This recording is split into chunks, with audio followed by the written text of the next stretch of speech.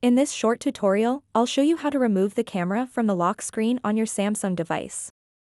Having the camera accessible from the lock screen can be convenient for quick access, but if you find it unnecessary or prefer to have more privacy and security, it's easy to remove.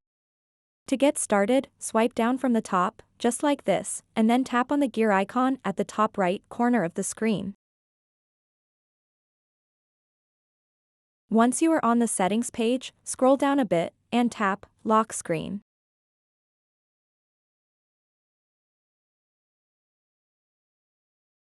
After that, tap on the lock screen option, over here. What you want to do next is tap on the camera icon at the bottom right corner. Now you have the ability to remove the camera from the lock screen or select any other app to replace it. To remove the camera from the lock screen, simply tap and select No App. And then tap on the Done button at the top right of the screen. So that wraps up this tutorial. If you have any questions about this whole process, please let me know in the comments section below.